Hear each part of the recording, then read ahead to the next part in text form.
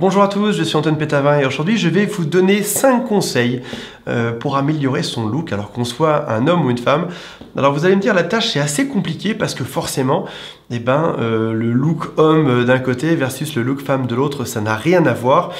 Et pourtant, il existe des conseils qui sont universels, qui fonctionnent à chaque fois et que vous pouvez suivre si jamais vous voulez améliorer votre look. Les voici donc, je vais commencer par vous dire que si j'avais eu ce genre de conseils un peu plus jeune, j'aurais certainement eu moins de soucis. Déjà là, j'en porte encore un peu les séquelles, je suis habillé toujours en noir avec un jean et malheureusement, quand j'étais plus jeune, on ne m'a jamais appris comment il fallait s'habiller, qu'est-ce qu'il fallait faire, quelles étaient les modes, etc. Et je me suis toujours un peu laissé guider par les copains, par les copines, ou par ce que j'ai vu à la télévision, et ça s'arrêtait là, quoi. Mais je suis aujourd'hui presque incapable d'acheter seul des fringues dans un magasin de vêtements, sans pour autant me faire avoir par la vendeuse qui va me conseiller n'importe quoi. Donc voilà. 5 conseils, ce sont 5 conseils. Si jamais vous y connaissez rien, ces 5 conseils vont vous être d'une aide gigantesque. Si jamais vous êtes déjà un pro du look, je pense que vous pouvez passer la vidéo, ça ne vous servira à rien. Mais en tout cas, ces 5 conseils, ce sont les 5 conseils que j'aurais moi-même adoré entendre à l'époque. Premier conseil, c'est que la mode change tous les 6 mois. Je n'en savais absolument rien, mais à tous les 6 mois, sa nouvelle coupe de cheveux, ses nouveaux tops, ses nouveaux jeans, ses nouvelles baskets, etc. Et dans ce cas-là, qu'est-ce qu'on fait pour savoir comment ça avance? C'est très simple. On ouvre simplement des magazines de mode. Alors pour les filles, c'est plus ou moins évident parce que vous êtes déjà très au courant. Pour les garçons, ça l'est un peu moins. Pourtant, il existe des super blogs de mode comme par exemple comeuncamion.com ou plein d'autres. Il existe aussi des magazines comme GQ dans lesquels on peut suivre les tendances. Alors parfois, on va se retrouver dedans, on va se dire tiens, ça là c'est mon look et c'est vraiment ce à quoi j'aimerais ressembler. D'autres fois, on se retrouve un peu moins dedans. Et puis en fait, de manière beaucoup plus simple, il y a peut-être une star de cinéma, il y a peut-être un héros à qui on aimerait ressembler. Et dans ce cas-là, il suffit d'aller simplement copier son look et puis de s'arranger pour l'adapter un peu après ça à sa morphologie et de ressembler à cette personne. Parce que finalement, quoi de plus simple quand on voit quelqu'un de beau à la télévision de se dire tiens, j'adore ce look et c'est exactement à ce genre de personne que j'aimerais ressembler. Donc voilà. Mon tout premier conseil, c'est renseignez-vous. Sachez que les fringues que vous avez achetées il y a un an sont peut-être plus du tout à la mode aujourd'hui et que aussi bien au niveau de la coupe de cheveux que des habits, ça change très vite. Donc renseignez-vous et même si vous n'êtes pas forcément très commun avec ça, très coutumier avec ça, ça ne coûte pas cher une fois tous les 6 mois d'aller s'acheter un magazine de mode et de se renseigner sur ce qui se fait un peu dans le domaine. Deuxième conseil, on a tous un ami qui est fan de mode et qui va pouvoir vous renseigner. Alors, méfiance, là je mets un gros warning dessus. Le problème des amis, c'est qu'ils ont souvent tendance à prendre leur propre goût pour des goûts universels. Et du coup, il y a de grandes chances qu'en fait, ils vous créent un look entièrement à leur image à eux parce qu'ils estiment que leur look, c'est un peu l'apogée, c'est la chose ultime qu'ils ont réussi à créer. Et de ce fait, ils vont essayer de vous grimer, de vous mettre exactement pareil. Donc attention aux amis, n'hésitez pas du coup même à prendre, quand vous allez faire du shopping, pourquoi pas 2 ou 3 amis, ou alors de redemander conseil ensuite, ou de prendre des photos pour demander à d'autres personnes. En tout cas, les amis, c'est une très bonne source de renseignements. Et si on peut estimer que si la vendeuse plus votre ami plus l'ami à qui vous avez envoyé un SMS vous dit que ça vous va très bien, c'est qu'a priori ça vous va très bien et c'est parti quoi. Troisième possibilité, faire appel à des pros. Alors depuis 1 an, peut-être même 2, il y a une grande mode des coachs en relooking.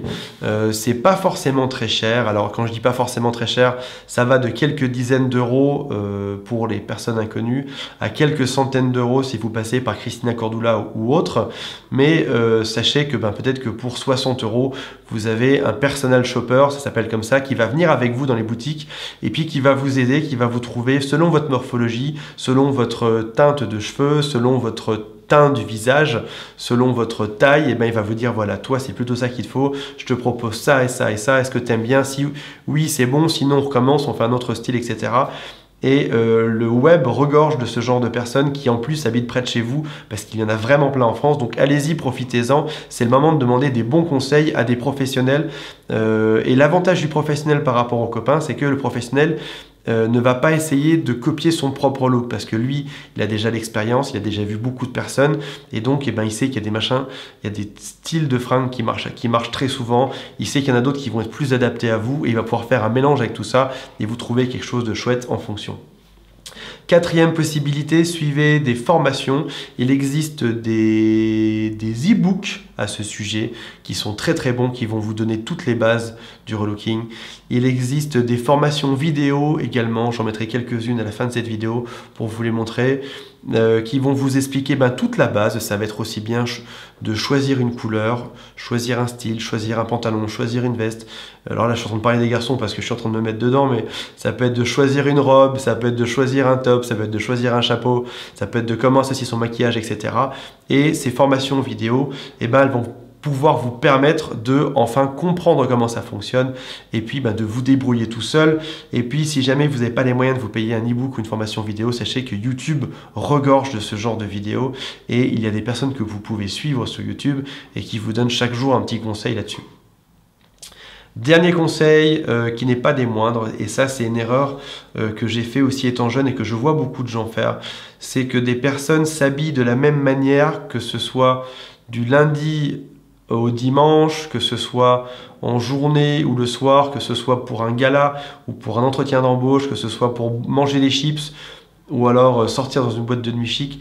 Sachez qu'il est important d'avoir le bon look par rapport à la bonne circonstance. Alors vous allez me dire, ok, moi je m'en fiche parce que moi je suis quelqu'un de super intéressant et moi j'en ai rien à faire de tout ça, j'en ai rien à faire qu'on me juge et je suis moi-même et je vais m'habiller partout pareil. Sachez que si vous pensez comme ça, vous faites partie des 1 personne sur 10 qui pense comme ça parce que les 9 autres personnes sur 10 aiment bien que dans un endroit particulier, vous ayez le look qui va avec cet endroit particulier.